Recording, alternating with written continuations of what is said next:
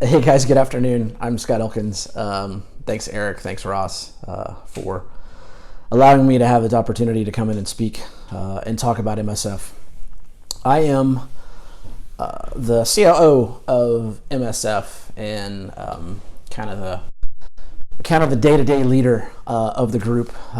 I've been doing this for about 3 years now, and MSF is a little bit of a new organization now. Recently, because when we started out as a safety organization based on the fact that the founder lost his friend Sean Edwards in ironically a coaching incident. Sean was coaching from the right seat, and there was an incident, and both occupants of the vehicle perished. And so Enrique wanted to start a foundation to help increase safety based in Sean's memory.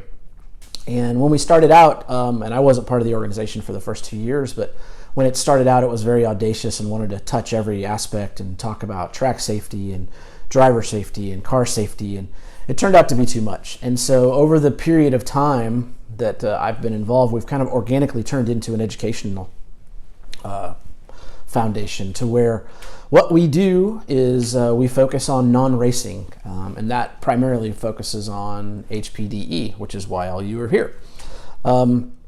And that's been our focus for the past year and a half.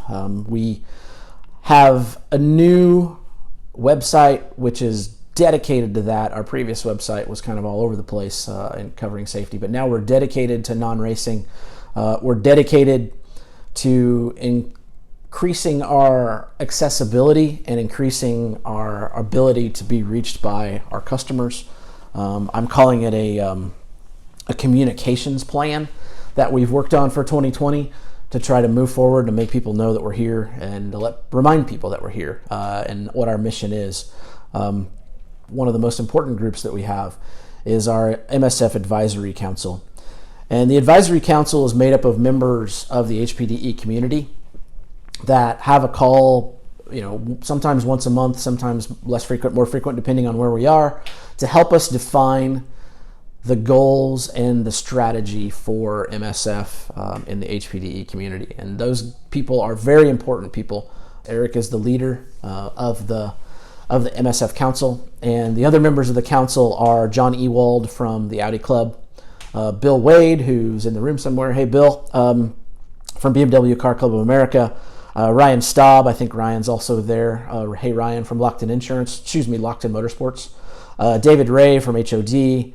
Jim Pomeroy is for representing Chin Track Days. And then Brian Ganelli is there as part of our technical guru, and everybody knows Brian from Motorsport Reg and Haggerty. And then John Kresek from the Porsche Club of America. And as I said, that group helps define the future of where MSF is going and helps us move forward. And one of the big projects they've been working on recently is recertification of our level 2 program. And I'll talk about the certified program here in a moment, but I just kind of wanted to go through a few items about MSF, and then I'll tell you about the program itself. That's where the Advisory Council comes into play. They help set the future and set the strategy. If you know the guys and you have ideas, or you want to reach out to me or Eric or Ross or anyone, let us know and help us also set the trajectory of this program and the future of this organization. That's helpful. We're a community. We all should work together. We all should be focused on improving the sport that we all love and know and participate in. So, in terms of our programs, our number one program at the moment is Certified, and Certified is specific for instructors for the HPDE community. Those of you that are aware and have participated, thank you very much. We're grateful for that. But it's broken down into two parts. Level 1 is an online, what I would classify as a 101 level program that is 100% online. It goes through all of the terms. It goes through a lot of the basic principles of instructing in HPDE. It's a core part of the curriculum that we have, and it is required by everyone. Even if you're one of those guys that's been instructing for 30 years, it's still a good refresher. It's still a good opportunity to go back through and remind yourself of those things that you do so well as an instructor. At the moment, we've had well over 2,200 people take the level 1 course, and that increases every day. We actually average somewhere in the neighborhood of about 25 people a month that come in and take the level 1 course. So you take level 1, you go on, you pass the test. We provide some items for you like a hard card and some credentials that show that you've passed level 1. You're a part of the certified program. Then the next step is level 2. Level 2 is quite different than level 1 in where we actually certify the organization. We don't certify the instructor itself. We rely on the organization to do that. So what we do is we go in, we look at the organization's training program, and we ensure that it meets a set of minimum standards that have been established. In a lot of ways, the analogy is like we're like the FAA. The FAA has a minimum set of standards for every safety briefing that happens when you go fly on the airplane. They talk about seat belts and they talk about the oxygen masks that come down and where the exits are.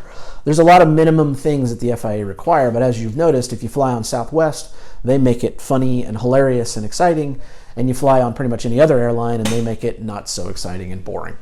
So we do kind of the same thing. We set those minimum standards for the organizations, which include mentorship rides, which include minimum time on track, minimum things that are studied in the classroom.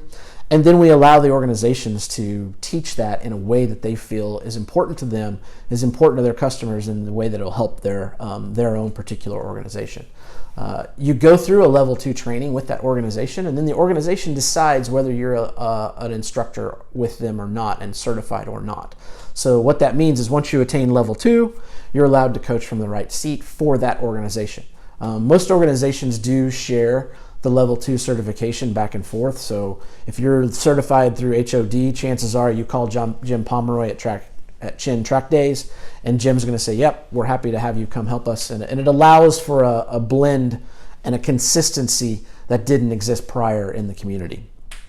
So the idea behind it has always been to do exactly that, is to create a minimum set of standards where everyone is applying to and everyone is adhering to ensure a level of safety for everyone. So that's a real quick breakdown of level 1 and level 2. Again, if you guys have any questions, I won't be able to help you after this video, but Ross and Eric are there, obviously, and they'll share my information, my contact information. It's not hard to get a hold of me. Even on our website, motorsport-safety.org, there's a contact area there as well, and that goes straight to me, so we can have communications and we can talk about whatever you guys want to talk about in regards to all of this. So why am I here? I'm here because, why am I here via video, I guess I should say. I'm here because obviously Eric has an involvement in MSF, and what we're going to do is we're going to strengthen that role between the Instructor Summit and MSF moving forward. It's going to be a vehicle to help us communicate the MSF message and tell people how to work forward, and so and touch everyone. So there's going to be a number of Instructor Summits coming up in 2020. 2021 is also being established. You guys are obviously at this one now. 2021, there'll be another one in February, as it is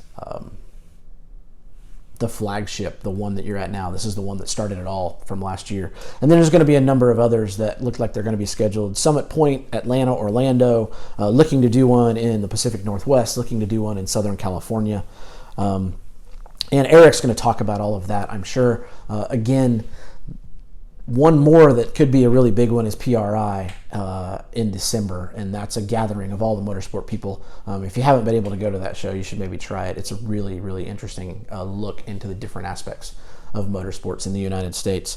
But the idea behind the partnership with the Instructor Summit and MSF is to help us with what we're talking about in terms of continuing education. We're looking at doing more than just level 1 and level 2. They may not be defined as levels. They may be defined as what we're talking about with the advisory council as modules or perhaps electives. And some of those examples would be being able to learn at an Instructor Summit and receiving an elective credit in continuing education for say, data analysis, or some of the things that are happening with the guys that are all there and participating in the Instructor Summit and learning about data analysis. Another exciting project that we're working on and that Eric has brought to the foundation is a hand control certification. So for those drivers who are not able to utilize existing controls in a vehicle, and incorporating hand control training and helping instructors understand the process behind that and making this sport more accessible to everyone. So those are the types of projects we're looking at working on with the Instructor Summit, increasing these modules or electives, continuing the education of the instructor past the level 2 side and moving forward. So those are areas where input is important. Again, I'm sure there's going to be some kind of a survey after the summit. Please feel free to tie in to what you would want to see from MSF in terms of that continuing education and the ways to help you become a better instructor. I'm grateful to all of you for listening. Again, if you guys have any questions, feel free to ask. Ross or Eric is available, as they are the MSF reps at this event. And I thank you for the support that the community has given us. And again, we're hoping to just increase this support, increase the participation levels, and establish this very clear minimum standard that everyone can accept. So there is a list of level 2 organizations on the MSF website. We're increasing those all the time. I know Eric's personally working on between 4 and 6 different organizations to get those in place. We're also going to have a listing of any level 2 certification training programs. So if you take the level 1 course and you want to move into level 2, we'll have a list of those training programs on our site. We're also starting to push those out through our MSF Facebook page. So thank you very much. I appreciate the opportunity to be here, and please support MSF if you can, and have a great rest of your seminar. And I'm sorry I couldn't be there, but I'll be in cold, rainy Austin for the weekend, and I hope the weather's better than that in Indianapolis. So thanks again, guys. Have a great day, and we'll see you later.